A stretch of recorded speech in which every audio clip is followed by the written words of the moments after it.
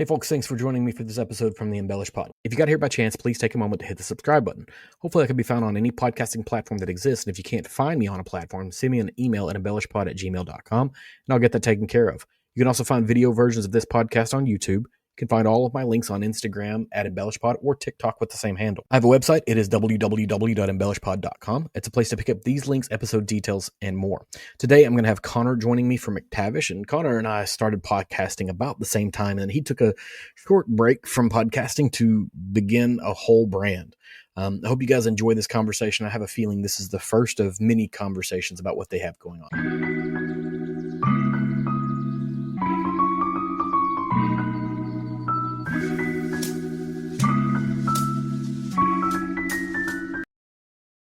This morning, this afternoon, this evening, whenever you happen to be consuming this, I have Connor Gilbert joining me of McTavish Spirits, formerly of Who Gives a Dram and other podcasts. Connor, thank you for hopping on with me. I want to talk a little bit about McTavish here in a second, but just kind of tell us who you are for the people that should probably know, because we started about the same time, so the odds are we have the same audience. But if they don't know who are you? Yeah, I was thinking about that earlier today.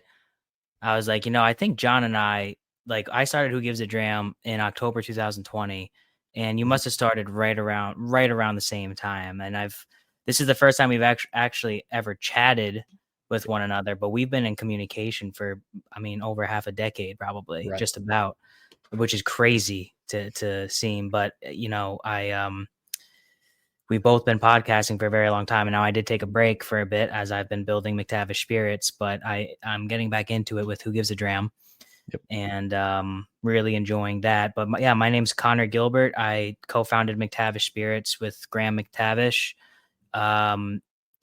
in August 2023, and I came up through the podcasting route. I did Who Gives a Dram. I did a few other podcasts, and was able to meet a lot of people and was able to experience a lot of cool things, grow my whiskey knowledge, and, just continue to, feed on the obsession that is whiskey, which is the same for both of us.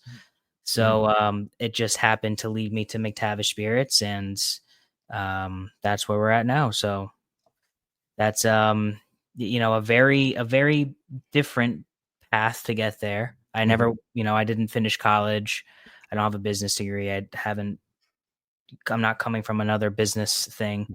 Just kind of fell into my lap, and now I'm doing it. Yeah, and I'm gonna step on a little bit of that. I don't think it fell into your lap, right? You did a whole lot of work that kind of led to this. You just maybe the stars aligned, but this didn't come with a lot of work. You're not the first podcast to whiskey brand, but in this timetable and in this way, it is very unique in the fact that, you've got the folks like Bourbon Pursuit who did a whiskey podcast for like a whole bunch of years, and then they launched a brand eventually. And you've had a few other folks that have kind of lended their name to a brand, but you went through a series of podcasting, and then were able to join yourself with what is, and I hate using the term celebrity brand because that has a connotation to it. McTavish isn't quite the same way as that, but is there anything, maybe, I guess, if you think about the fact that you came through podcasting to here, is there anything from the podcasting background into what you are that kind of is proven to be valuable as, the CEO, leader, or co-founder of a brand spirit? Yeah. Well, first of all, I say this all the time, that I look at Pursuit Spirits as a massive inspiration. And I really don't know the guys over there too well, but I look at them the same way as people, two guys that work their asses off podcasting and built a brand. Now, I haven't been podcasting for nearly as long, and nor are any of my podcasts nearly as popular, but it's in the same ballpark, and I have a massive amount of respect. I think they're one of, if not the best NDPs on the market right now. I have a lot of admiration for both of those guys over there. But to answer your question, there's a lot of things that translate from the podcasting world to what I do currently, more or less just, leading McTavish Spirits and brand building. I like to think that my job as the leader of McTavish Spirits is to surround myself with people that are much smarter than me in different aspects of business. So I have a financial officer, I have an operations officer, I have people that help me with sales. Obviously, Graham helps with the overall direction of the story, of the brand, of what we want to do. I think where podcasting has helped me is the whiskey knowledge, and not so much. I would imagine that you are much smarter than me when it comes to the history of whiskey and bourbons, and maybe some of the more of the minutia of it. But I feel like I have a really good idea of what works and what doesn't work. And I feel like I can put my finger on the pulse of the whiskey industry and really, you know, figure out what the next step is for McTavish when it comes to the whiskey. Podcasting really helped there because it allowed me to speak to people, all types of different people throughout the industry, from somebody like Brent Elliott at Four Roses to Bruce Buffer, UFC Octagon announcer who lends his name to Puncher's Chance Bourbon Whiskey, and everybody in between. I mean, I went to Isla and spoke to distillery managers at Ardbeg and Lagavulin and Bunnahabhain, and I've spoken to people in Australia and Canada and Ireland, like just acting as a sponge and really listening to everybody's point of view, and then being able to at least somewhat, use that with what I do now. But I'm always a student of the game. I'm always learning. I think anybody who thinks they know everything is full of crap anyway. So always a student of whiskey. Yeah. And I've heard the phrase before, if you're the smartest person in the room, then you're in the wrong room, right? And being able to surround yourself with smart people is a great thing. And, in kind of doing the research, I came across, there's the 4 core tenets of McTavish, which are, honesty, integrity, transparency, and hard work. And being in the work that you do, right? Sometimes it could be, it could be really easy to take a shortcut, right? Or to be slightly dishonest or tell us, because brand storytelling is a weird thing, right? Where if you fudge it just a little bit, right, it might help move the needle a little bit quicker. But being in this, those are the four core tenets, and in the industry, how challenging is it to adhere to those values all the time? It's not challenging at all, because that's the way me and Graham are as men. That's how I was raised. I'm 28 years old right now. Graham is in his 60s, 62 or 63. I should probably know that, but I don't. So we're come from much different eras of growing up. But the way I was raised and the way he was raised, those are just how we live. That's how we live our life. And there was an interesting quote that I heard. Well, I heard it a long time ago, but I recently found out who actually said it. I want to say it was maybe Thomas Edison, who said, I never tell a lie, because if I don't tell a lie, I don't have to remember those lies. Meaning, if I just always speak the truth, then there's room in my brain for more important things than to remember those lies. So it just goes in terms of, it's a super crowded bourbon market, or even whiskey market, and everybody knows that. There is that certain celebrity stigma that we openly, spar with all the time, and we're happy to do so. And I think that one of the ways we really try to stand out as a brand, and as a small brand, mind you, is to be authentic. And with that comes trust. With that comes, those pillars that I've been saying since the inception of the company, of this is how we're going to operate. We're going to do our best to release the highest quality whiskey possible. We're going to be super transparent about it. We're going to be transparent with the price as well. And we're going to do our best to engage with people and just grow. And however long or short that takes, it's a marathon, not a sprint. So I stand by those 4 tenets, because it's just the way that Graham and I live, and the rest of the team as well. Ivy, Sean, Kale, we all live that way. It's not like it's some type of made up thing. It's just the way that we are naturally. Yeah, and being in a crowded marketplace as a smaller brand, you have to be brawlers, right? Like it's virtually a fist fight at the store shelf level. And there's been at least kind of watching several brands build. There's a whole lot of things that have to happen so fast, and it puts you in a position where you're going to have to make decisions really really quickly, and sometimes those decisions aren't super easy. Yeah. Is there anything you can think of where it's like, man, this is a tough decision, but ultimately you come out the other side of it, you're like, it's the right decision, and maybe you could have grown faster if you'd have made that other decision, right? Oh Can you yeah. think? No, for sure. I mean, there are things that I wish we did different. There are things that I wish we didn't do at all. Mhm. And that's just learning. Hindsight's always 2020. One of those difficult decisions was the first release that we ever did. The War Chief 7-year bottle of the Bourbon whiskey. Um, we could have released something younger for cheaper and kept the same margin or even grown it. Um, to maybe make more money quicker. It all kind of, when I first went to Graham with this idea of McTavish Spirits, we asked, you know, there's two ways we can go. We can build this to sell quickly, which as long as we're, kind of transparent Mhm. like that, there's nothing wrong with that. If we want to just, create something that, the goal is, hey, we have a hard stop in 5 years. We're going to do as much as we can to build it and then we're out. Or we can take the opposite approach, which is what I uh, championed. What it was, let's do this not necessarily the right way, but let's do it the way that we're both kind of Mhm. accustomed to. Let's get down. Let's do it. Let's do it to grow as a legacy. Right. And not to say if somebody came around in the next 5 years and offered a boatload of money, that wouldn't be a discussion. But we wanted to create a brand that really stood out in that crowded market, but also stay true to who Graham was.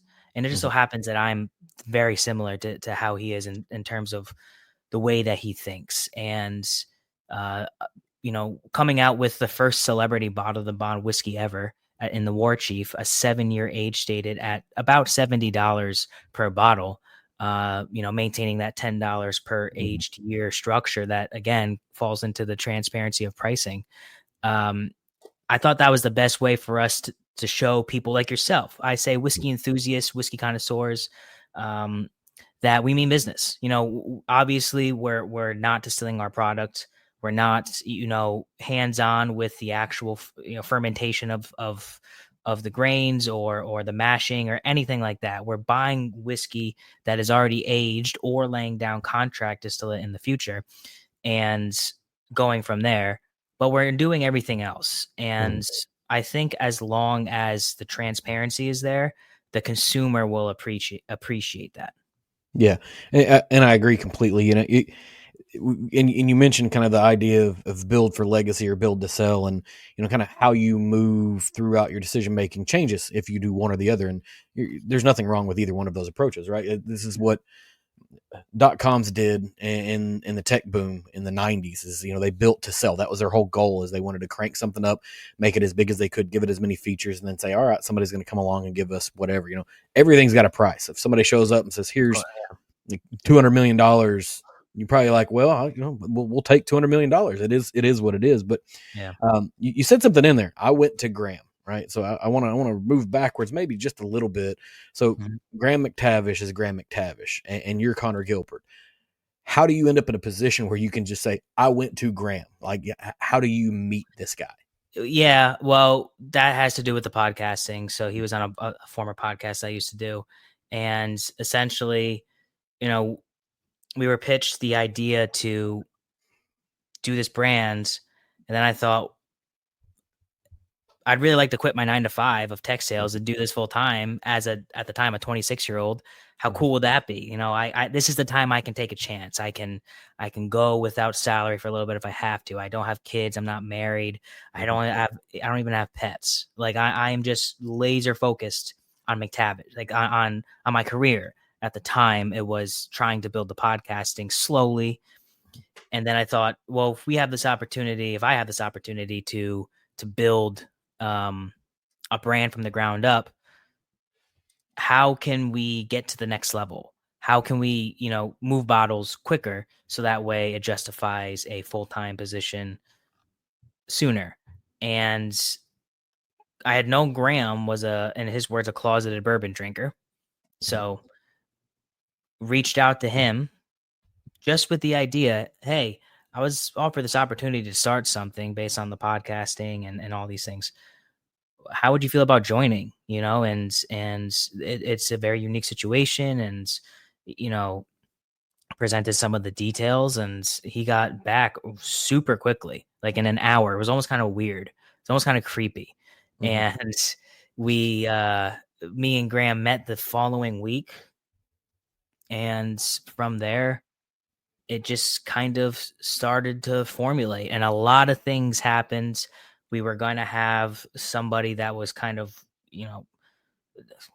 I don't want to say backing us, but backing us in a sense. And they pulled out at the last minute. So we had to scramble and figure out how the hell are we going to do this. Mm-hmm. And there's been a lot of things that were a lot of wrenches thrown at us that we had to dodge. And I tell when people ask me, what is the McTavish business plan or our business strategy or anything like that, I just say there really is none. We just are. If there is one, we roll with the punches, because Mm-hmm. it just seems like there's a new punch every single week. And sometimes they're small, but sometimes it's a Mike Tyson, right hook, and it's like, okay, this is something we're gonna have to really, uh, prepare for or change something to make sure that McTavish is as we want it to be.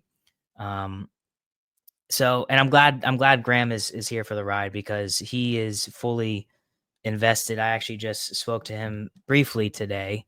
Um, he was at Sundance recently. I'm not sure when you're going to release this, but promoting a new film that he's in that his friend Doug directed Mm-hmm. and produced, and I think created, if I'm not mistaken.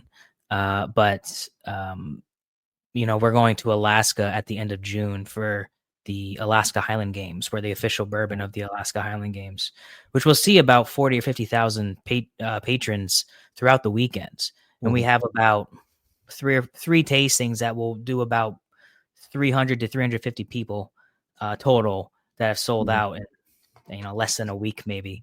So we were talking a little bit about that today, because that's a heavy lift, Yeah. flying over to Alaska, and that's a lot. But to weave back to your initial question, that's kind of how the relationship, the business relationship, Mm-hmm. formed. And then as we began to work with each other closer and talk more and actually get to know each other, fairly well, that's where a deep-seated trust, formed. And that, Graham and I have been through a lot of shit together. And I have a lot of admiration and respect for that man. And it's because of his vision and his ability to connect with his audience that McTavish Spirits even exists. So it's like I might have provided the idea, and I might provide the roadmap and maybe steer the ship, but it's really falls on his shoulders that this is as successful as we both think it has been, Mm-hmm. and will continue to be. And because of that, I have a lot of respect for that guy. A lot of respect. So you've talked a little bit about releasing a 7-year bottled and bond, which is abnormal, right? For a brand to kind of come out there, usually it's going to be 4 years if they even do a bottled and bond, right? You're trying to get as much cash as you possibly can as quickly, sticking to the $10 per year. These are all, these are one side of the kind of research and development of a product, right? When you're going to put it out, how you're going to go to market. What was it like? What is the process to build the flavors that you have? Because you have a handful of bourbon, you have a couple of offerings that are out there. There's a rye, there's a bourbon, and then there's an LE series, right? So do you develop the flavor profiles? Do you work with Graham? Did he have his ideas on what he wanted to be? Because his name's on the bottle, you're doing a lot of work. There's got to be just like a synergy in the middle here. Oh yeah, that's exactly, the entire business is synergetic, because I mean, he's an actor first and foremost. So he acts. I do whiskey, he acts. But the only thing is I don't act. So Yeah. I'm just doing this. And Graham is doing both, which is super impressive considering how busy he is. But 95% of things are just, because I founded the company with him, I want this to succeed just as much as he does. So I take the initiative to push this forward, more so on a day-to-day or week-to-week basis. But when it comes to those super important decisions, especially when we are creating a new SKU, Graham is heavily involved. So essentially, I'll come up with an idea for what we want to do. For example, the Legacy series. I knew that we had the ability to do something finishing Scotch barrels, and I wanted to move forward with that as our first LE of the Legacy series. And I told Graham, like, listen, this is what I want to do, man. Like, these things I don't move forward with this without your blessing. So if you want to do this, set me loose. If not, then we'll figure something else out. And he goes, yeah, just, as he always does, hey, let's do it, and let's do it hard. Like, all right, cool. So we go out, and I basically, with the help of some of my team as well, specifically Ivy, who's our COO, go kind of formulate how we want it to taste, how we want it to present, how we want it to look and be perceived by the public as. And that's where a lot of the blending aspects come in, and the selections, and that's where I would say expertise comes to play. Not to say I'm an expert, but my experience in the whiskey field, where I can pick out exactly what I want. And we have help as well. There's people that help us silently in the background that ensure that this whiskey is going to be top notch. And again, it's through the podcasting relationships that I even have that ability to do that. And they just do it because they're my friends. So, when we make the final decision, obviously it's Graham's choice. But I tell him, this is what I really like. This is what I blended, or, this is what, like, for example, for the Keeper Batch 1, this is kind of what I think is going to be good. Because we didn't blend that. That was just a specific lot of barrels from Green River Distillery.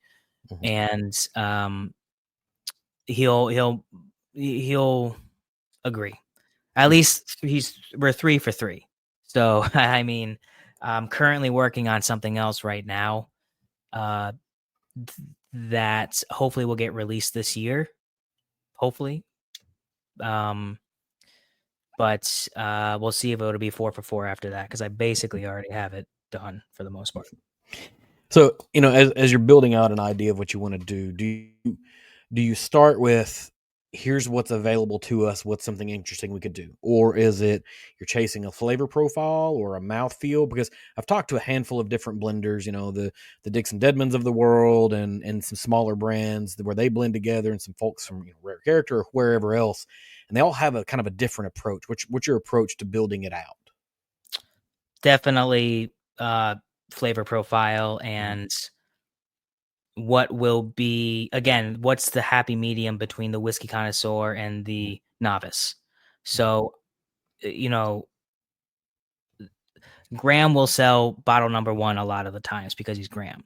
Yeah. But it's up to both of us, but specifically me to make sure that we sell bottles 2, 3, 4, 5, 6. And that's where we want to curtail to someone like you, John, where it's like someone that knows whiskey and someone that's going to respect a brand that is trying to do what we're trying to do. And because, we don't have as much inventory, like I don't have, hundreds, if not thousands of barrels that we own that I can just pick from. Otherwise, that would be it. We would go and figure out through our aged inventory what works and what doesn't work. But for right now, we decide, okay, here's an idea. How can we do it? Go get samples of different things and start the process, do some at-home blending, very simple stuff, and then figure something out. It's always something just hits. It could be random. It could be sitting here in my apartment on a random Tuesday night, and I just do something quickly while I'm watching a YouTube video or something. It's like, oh, that's good. Mark that down. Get back to that.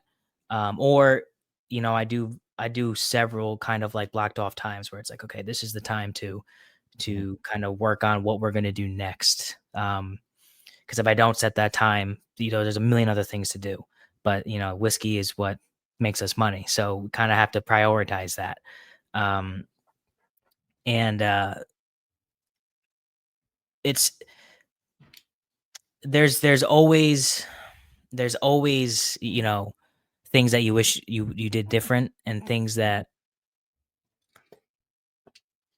different strategies you wish you implemented. But for the most part, it's how do we want this to taste?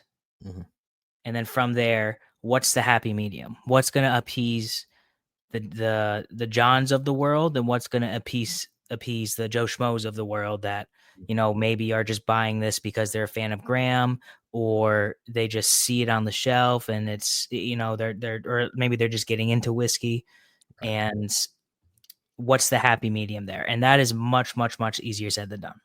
Yeah, the whiskey nerds won't pay your bills, right? And it's very, very simple, because we're all chasing, the 400 different releases that happen, every single month, right? We're gonna try this one and try this one and try this one, and so we're buying one bottle.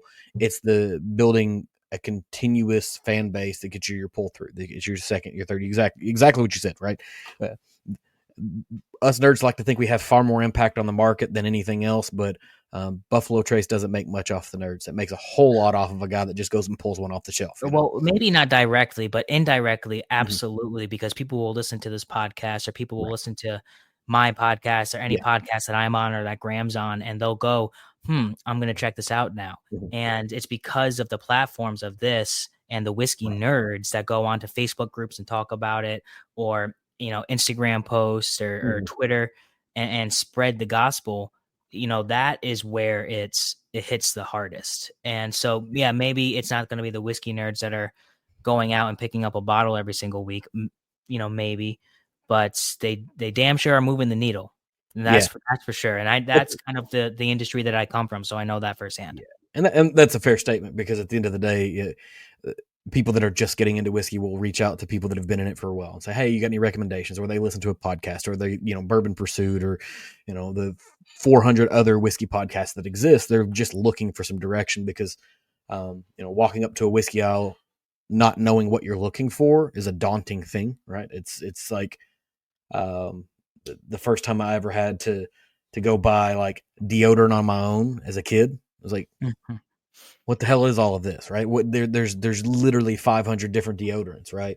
Now that's a simpler purchase because it's cheap, but when you're trying to face that down, you look for some voice of reason, and so we can become mini ambassadors, right? We're the ones that are saying, oh, don't be scared that this is a celebrity brand, because that has had a connotation historically. I think there's several people that are breaking that in very unique ways, but I think 5 years ago, 7 years ago.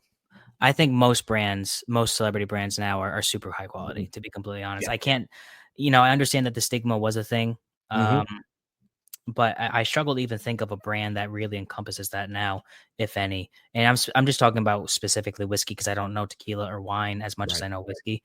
But I mean, we look up to like Brothers Bond, Heaven's Door, Whiskey Gypsy. There's so many more that I know I'm forgetting. We look up to brands like that, that do it the right way.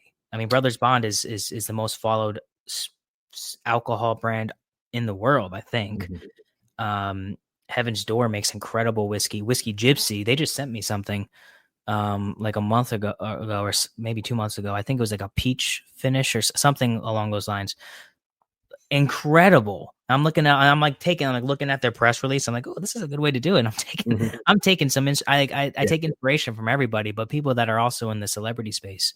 Yes, the stigma is true to the casual drinker and even to the whiskey nerd alike, but I think that it's slowly dissipating. I think brands like McTavish Spirits, brands like Brothers Bond, really, it's our goal to create the highest quality, not just whiskey, but brand that we possibly can. And I think people like yourself, John, like look at that, and I hope respect it. That's the goal. Like whether, I'm always confident we're going to have good whiskey. but there's so much more to building a brand than just the tangible product. It's the majority of it. That whiskey is the majority of it, because if we had bad whiskey, none of this matters, I think, in the long run. But building that authenticity is a word I've been saying a lot recently. That is the goal with us. And I think a lot of other celebrity brands do that very well these days. Yeah. And I think it comes from the people that are entering the whiskey market space as a celebrity are whiskey fans to begin with, right? Where 10 years ago it was, I'm going to slap my name on this so I can make a few more dollars, right? 15, 20, whatever. I've got a John Wayne bourbon over here that is just super not great. And I can tell you where it was made a little later on. It's super not great. I think I know where it was made. I'm pretty sure. You know exactly where it was made. They don't technically exist anymore. But it wasn't great whiskey, but it was just putting a name on it because I knew it would sell through to certain levels of fans. And specifically, Whiskey Gypsy is a really, really good example, because I've had Ari on before and talked about that particular brand, and it's very, very intentional. And intentionality and authenticity go hand in hand, right? It's like we're not just throwing whiskey on the shelf to sell it. We're trying to craft a meaningful and good product that just so happens to have a celebrity affiliated with it. Like they're not leading with, they're not leading with the celebrity portion of it. They're leading with the quality and saying, hey, I am a famous person who also supports. That's exactly kind of, and Graham will be the first. This isn't just me saying it. This is also what Graham says very often as well, is we don't want, when we started McTavish Spirits, it wasn't even going to be called McTavish. Graham wanted to be kind of in the background as a spokesperson, more or less.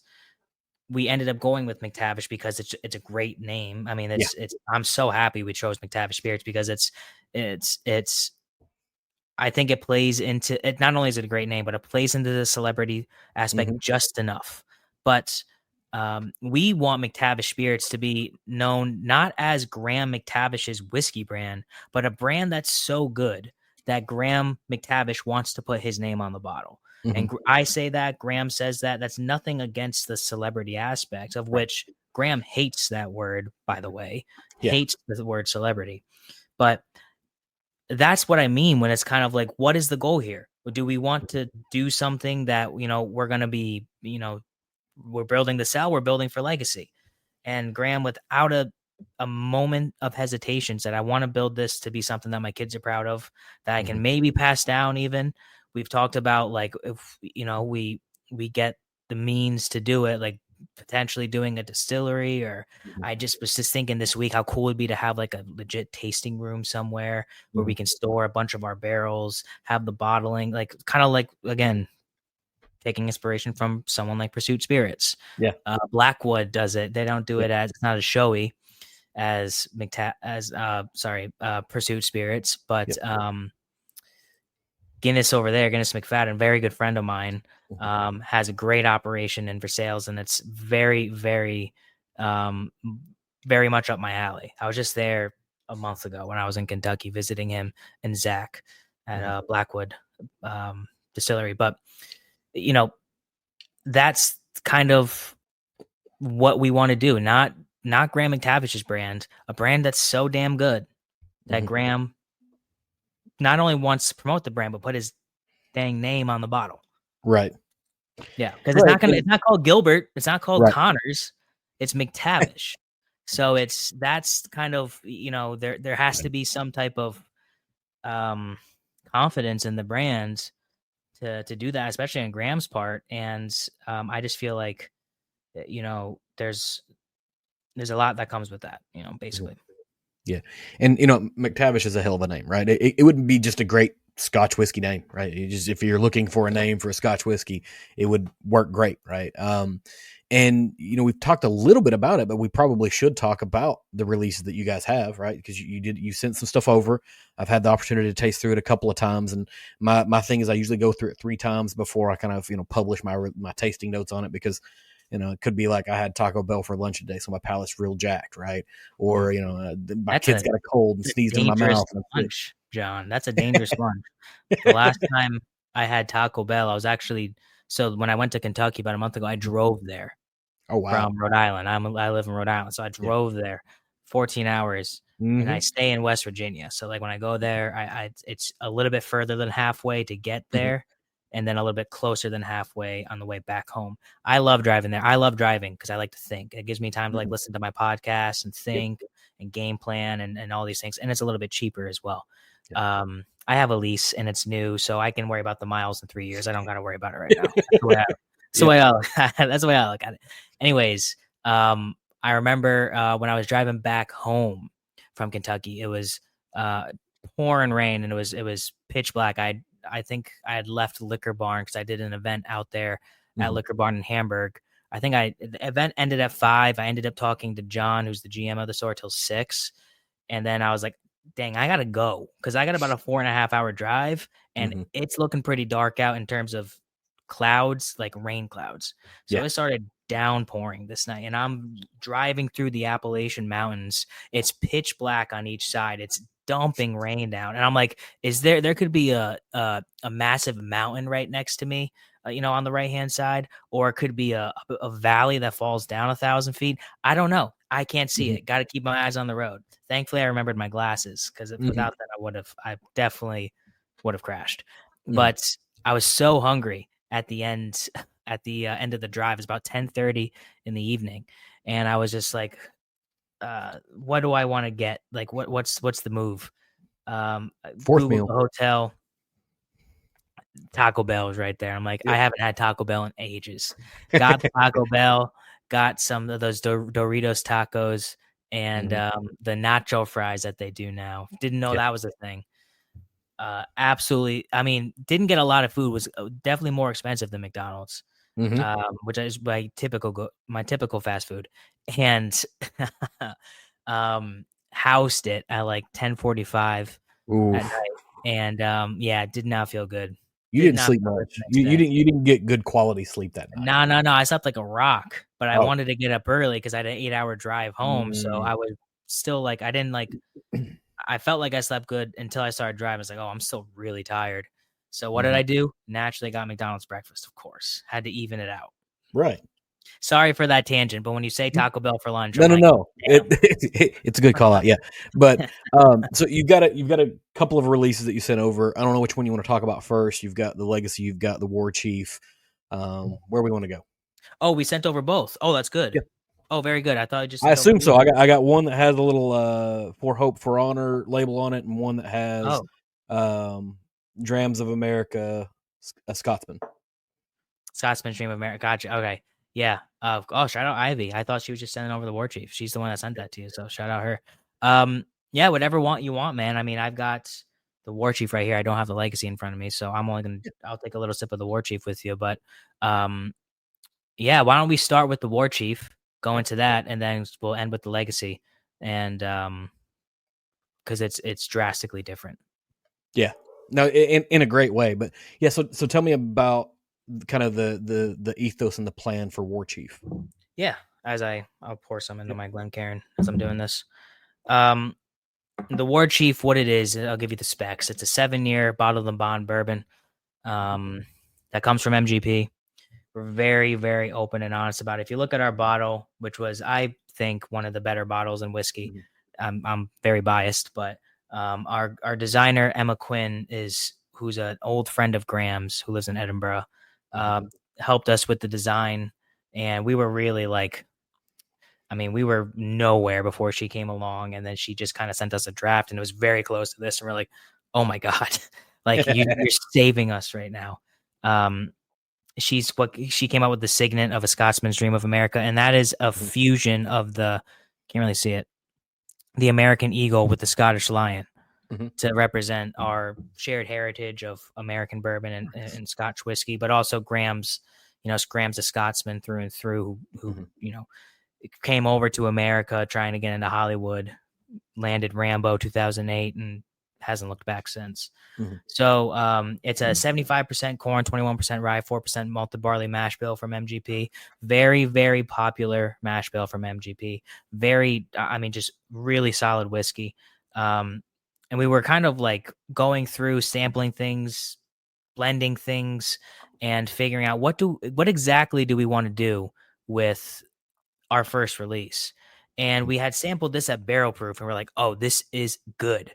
And then we figured out it was 7 years because we're not doing everything blind, but we had a lot of stuff in front of us. This was like the third time we were doing R&D together. And we started thinking like, okay, this is 7 years old. I think we proofed it down to like around 110 or something, like 105. And then someone came up with the idea of, has anyone ever done a bottle and bond, like a celebrity brand?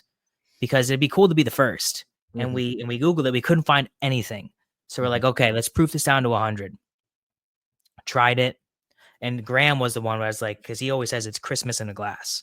And he's like, I'm just getting Christmas. I'm getting like fruit pie, dark fruit, stuff like that. And I was like, you know what, Graham, you're absolutely right. So once we kind of had that discussion, it was like, this is going to be it.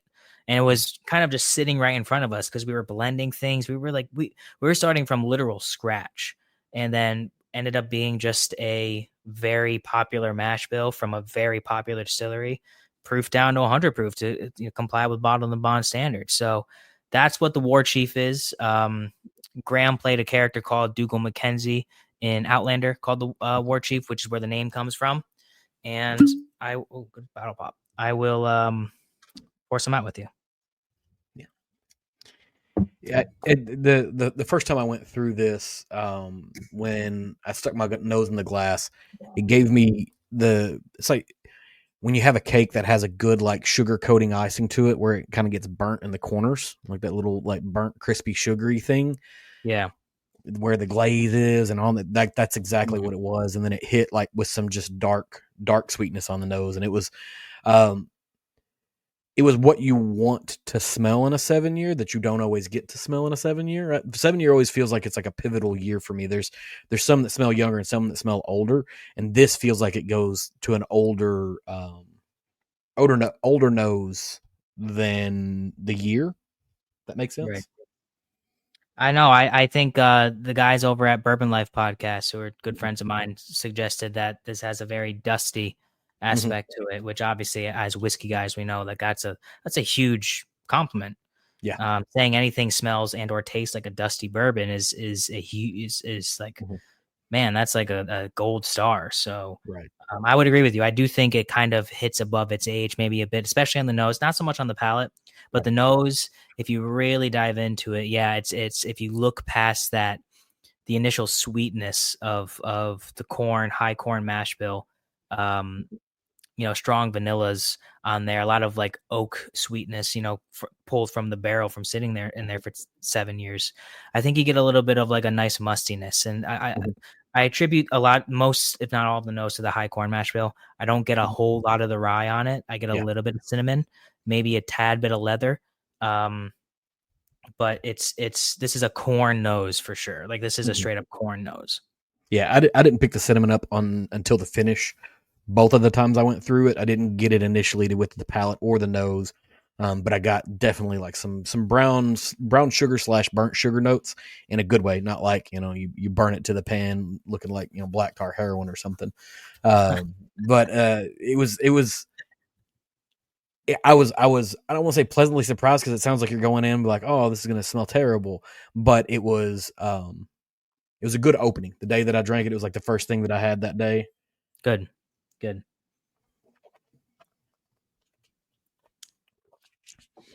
And whenever I drink whiskey, first sip for me always just goes down. I don't try to mess around with it. And I know you didn't ask me this, but I'm going to tell you anyways. That's when me and Graham do a tasting, and people always ask, how do you taste whiskey? Not that I'm an expert, but I say, well, this is how I do it. And I've tasted, just like you, hundreds of whiskeys, especially alive on the air on podcasting. I don't know how many hundreds of episodes of podcasts I've done. The first sip always just goes down. Because even now, it never sits with me as much as it's sitting with me right now. But I also haven't drank in a few days.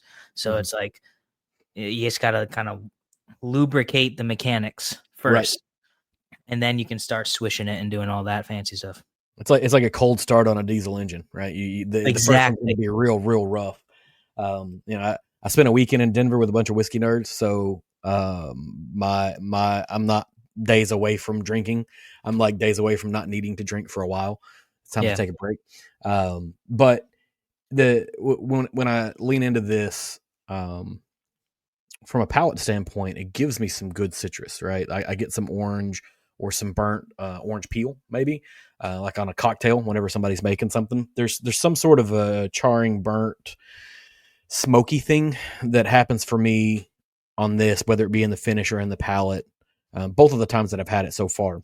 And I actually had a little bit of it before we got on the podcast. So that way I did have the initial one down the hatch before we ever even began, was ready to go. There you go. Smart man.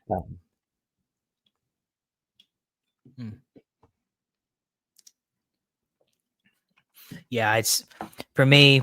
And I know we're nearing the time you said you had to hard stop at. I'm aware of that. So if you whatever you want to do, you can rush me through, whatever. But for me, this 21% rye mash bill, or the 21% rye in this mash bill is what I meant to say, really lends itself to the mid back palate, and that's what that's what sold me on this. Was it's very corn heavy on the nose and on the front of the palate. I don't necessarily get the orange that you're saying, although I can kind of see where you're coming from. But on the mid to back is where that really, really nice cinnamon, dark fruit, almost chocolatey aspect comes out. And I think that is a testament to the quality of the whiskey, of the MGP distillate, but also taking that 7-year and just bringing it down to 100 proof. I think this is honestly, at this mash bill, where maybe even to where it comes down to where it's aged in the warehouse and everything, bring it down to 100 proof. I think this is just a sweet spot for this specific lot that we choose from for McTavish. I really think it's just like the honey barrels, more or less, because I think that this is no knock to any other 7-year whiskey out there. I love almost all of them, but I just feel like this is much more nuanced than I typically get with others. Now, again, I'm biased, but I think that that's why we ended up choosing this, because of that really, really nice rye influence, especially on the back of the palate, and on the finish. You can't call it a Kentucky hug because it's not Kentucky bourbon, but it's similar. It sticks with you, and it's that nice rye, Christmassy, dark fruit, cinnamon, almost like a dark cherry Coke. Yeah. So I've got dark cherry and stewed cherry on both of my taste through notes. One was on the palate, one was on the finish. Cinnamon was there, and it's sweet, but in a darker way, which lends itself to more like a wine sweetness. So it's not like overly sweet. It just it felt full, and it stuck around for so long. And I was kind of, that I wanted to hear your thoughts on it, but I kind of felt the same way, where the fact that it has that rye content helps it kind of hang around longer than maybe it would have otherwise. And that's one of my, sort of pet peeves when it comes to whiskey, is like, if it doesn't stick with me for a while, there are some of those like, oh, it just makes you want to go back and drink another one. That's a real easy way to say it had a really, really short finish. This doesn't have a short finish. It's not like, it doesn't stick around for hours, and it's not like the Spinal Tap where you just, pluck a note and you go away, have a bite, and come back and it's still going. Yeah. It's not like that, but it is an appropriate good length where you feel like you're having an experience as opposed to drinking. Agreed. And that's very nice. I appreciate that. It means a lot coming from you. Thank you very much. Cool. Yeah, and we've got a few minutes. I really, really want to talk about the legacy for sure, right? Because there's some interesting stuff in that. So kind of give me the rundown on the legacy real quick. I'll give you the cliff notes. More or less, we wanted to do something to honor the Scottish heritage, and I always knew I wanted to replicate something that was kind of similar to what the BTAC is, or the Parker's Heritage, stuff like that. This is a really high quality annual release that we could, more or less have fun with, experiment with different finishes or different types of whiskey or whatever it may be, and that's where Legacy Series 1 was born, for Hope and Honor, which is the name of Graham's 2 daughters, Hope and Honor. And essentially what Legacy Series is, it's a blend of 3 different barrels. So I took 1 6-year barrel and 2 7-year barrels of the same distillate that is the War Chief, 21% rye for MGP. And each of those barrels, and I don't know, because I know you're going to ask me this, I don't know how long each barrel was finished for, because we finished to taste. So I chose it based on taste. And but they were each finished for different amounts of time in a peated Scotch cask, and I don't know the distillery either. I was told some of the staves could have been Ardbeg, but I can't say that for certain, which is why I don't really like publicly say that. But I know they're Islay Scotch barrels, and more or less, we just kind of, once I knew the base distillate, is when we kind of started experimenting with the different levels of peat influence on each barrel. So this was a lot of intricacy that went into this. And the initial run of samples that I provided Graham, I said, like, all right, here's what we're going to pick from. Give me your thoughts. He gave me his thoughts, and then we went back and kind of switched, tweaked some very minor things around.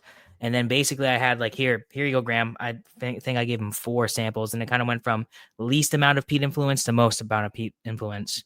And God bless Ivy. I love her to death, but she's not a peated Scotch girl. So she was like, I vote for the least amount of peat influence. And then I'm looking at Graham, and we were doing this virtually because I think he was filming Spartacus at the time. So he wasn't around. I was like, Graham, I think we got to go with the heavy peat influence. And he's like, I agree with you, mate. I think we got to do it, because we wanted it to be a statement, and it was just enough peat where it wasn't punching you in the mouth, but it was definitely making itself known. I call it the perfect bourbon to bridge the gap between a true American bourbon and a true, single malt Scotch whiskey coming from the region of Islay. And if I had to, the 3 releases we've done, because we also did a batch 1 rye whiskey that is now sold out. I love each of them. The rye whiskey was a super fun one to do. I felt very lucky we fell on those barrels at the time we did. The War Chief is my baby. I mean, it's I look at the bottle and it makes me happy. But I think the Legacy Series 1 is my favorite. If I had to choose one, I think it's my favorite. I hope you agree. Yeah, I mean, it's. I'm going to start from a couple places. So I'm not a huge Scotch guy to begin with, specifically peated Scotch. Now I've started getting into it, just as you do as a whiskey nerd, right? It's like you're going to eventually lean your way into that. But I would agree wholeheartedly that this is a great place to introduce someone to peat on familiar territory, right? Because it can be jarring. The first few times you try to drink an Octomore or an Ardbeg, you get beat up real bad. And this doesn't do that. It's a really, really subtle influence in a good way, right? It's not that it disappears or whatever, but I noted the first time I drank through it, I didn't necessarily pick up the smoke from the peat as much as it felt like a grilled fruit of some type. But then whenever I drank the palate, I got a good like spicy baked apple kind of thing, and then it felt like a Scotch cask quietly stuck into the room, and then like leaned against it real hard. And was like, here, I'm still actually here. And then the second time I went through it, I sort of knew what I was getting ready to experience. Now these were a couple of days apart, and that's usually the hope is like maybe I'll have forgotten a few things, but it still kept me in the the burnt sugary thing that I was getting from the War Chief, which I didn't realize because I didn't do any research on the Legacy Series other than I knew it was peated. It gave me the same burnt sugar notes, but there's a little apple to it, and it's like an apple pie that's been cooked over a fire, and the smoke stays with you through the finish, whether it be a tobacco smoke or a peat smoke that you happen to pick up. It's really good. It's really, really good, and I think that it is probably showing a level of maturity and advancement that is great for a brand, right? Like a 7-year bottled and bond whiskey, especially if you have good distillate, is, I don't want to say simple, but it is easier to do than finishing in a peated Scotch cask and then blending it to taste for people to try, right? That has so many ways it can go wrong. It shows a degree of artistry. So yes, I agree that this is far more interesting in a good way to try. Yeah, well, I appreciate that. Was a nice way of saying I don't like Scotch, so I don't love this, but I appreciate. No. I do like this. I'm kidding. I'm kidding. to be very, very clear, because I have quite a bit of peated Scotch sitting over here in little sample bottles that some friends have shared with me, and this doesn't play in the same world for that. And so it is a good entry place for someone. I've got a friend who absolutely hates peat, and he may get a little bit of this sent to him in the mail. Actually, not in the mail. That would be against the law. That is not okay. I am going to hand deliver it to him, right? Because that's Yes, what we of do course. here. So we've talked about the things that you have done. Are there any things that you have planned coming up in the future that you are able to talk about yet? Not necessarily in exact detail, but there are definitely things that we have planned as of right now, and things move slow in the whiskey game. It doesn't necessarily go exactly at the speed that I want it to go. Sometimes I have all these grand ideas, but it's like, oh, we got to have like money to do that. So I have a plan, and I know exactly what I want to do, and I know what Graham wants to do as well. And we have a very detailed, route to market with a few different SKUs that we want to release. Both, that will be, you know, uh, batched product or even a new addition to the core portfolio, which right now includes the War Chief and the Keeper. Legacy Series 1 is a different thing. I'm hoping we can get to Legacy Series 2 this year. We have some ideas of how we want to do that. But that's nothing set in stone yet with that, which we got to get a move on. It's almost June, and these things take time. But there's definitely a lot of cool things that we're going to release. Again, we're looking at this in the long term. So it's not just releasing a few things, doing that. Like we want to build. I look at brands like Penelope. I look at brands like Smoke Wagon, and I look at brands like Pursuit, and how concise and easy to follow their product lines are. That's what I want to do with McTavish. I want all the bottles to look fairly similar. I want them to present similar, but I want there to be different options for different levels of drinkers. And that is kind of what I'm focused on right now as we build the brand, as we work to potentially, expand distribution, slowly but surely. Again, I don't want to do that too quickly either. I think that is what kills a lot of brands, is trying to get into 30, 40, 50 states right off the bat. I mean, it's really just a handful of us doing this. So we don't even have the manpower to do that. But anyways, that's what I want to do. We've got some traveling coming up. We're going to the Alaska Highland Games at the end of June. And then we have the Maine Highland Games in August, which are also the Men's World Championship Games that we're going to be the presenting official bourbon for as well. So we'll be doing that this summer, and then we'll see what happens after that, man. But we're just committed. We just want to make good whiskey and do the right thing. So we're always looking for ideas. I know I'll be traveling a little bit in the summertime to various places, various markets. I think I have a few events set up in Wisconsin already for the end of July. But other than that, just doing the damn thing. And doing it well, I'll say, from the things that I've seen and things that I've tasted. Now, if somebody wants to keep up with what's going on, is there a newsletter? Is it the website? Is it a Facebook page? Is it Instagram? Like where do they need to be looking to say, where the hell's Connor going next? What's happening with McTavish? Yeah, no, all of the above. So it's really integral to follow McTavish Spirits on everything we do: Instagram, Facebook, Twitter, TikTok. And then if you go to our website, McTavishSpirits.com, we do have a newsletter that we try to send out at least, fairly often. You can sign up for that newsletter, and we'll send you something, especially if we're going to release something new or do something big. Those are the first people that know. You want to follow Graham, because Graham does a lot of good posting with McTavish Spirits as well. And then my info is Connor_whiskey on Instagram and Twitter and TikTok as well. I've been posting a lot more on TikTok too. But Instagram is where I'll do a little behind the scenes of McTavish Spirits, and then my podcast, Who Gives a Dram. You can subscribe there on YouTube, and I'm doing a lot more behind the scenes content, including the podcasting, kind of peeling the onion back a little bit and letting people kind of live vicariously through me as to what it's like as a 28-year-old running a, nationally or internationally recognized whiskey brand.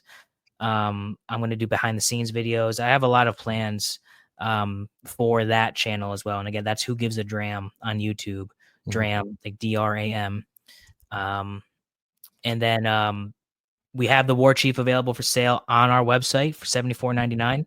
Just go to McTavishSpirits.com, go to shop, click on the War Chief, and it'll ship to 46 states in this country. And Legacy Series 1, I believe there's a few dozen bottles left on Sealbox. We partnered with Sealbox to do a limited edition secondary drop online of Legacy Series after we sold it out on our website. So if you go to Sealbox and type in McTavish Spirits, Legacy Series 1 will come up. We're selling it for $79.99. And I think there's a few dozen bottles left there. So go check it out over there and get a bottle before it's gone, because we're not doing it again. And once it's gone, it's gone. So a finished 6 to 7 year old LE type bottle for $80. I don't know that you can beat that anywhere.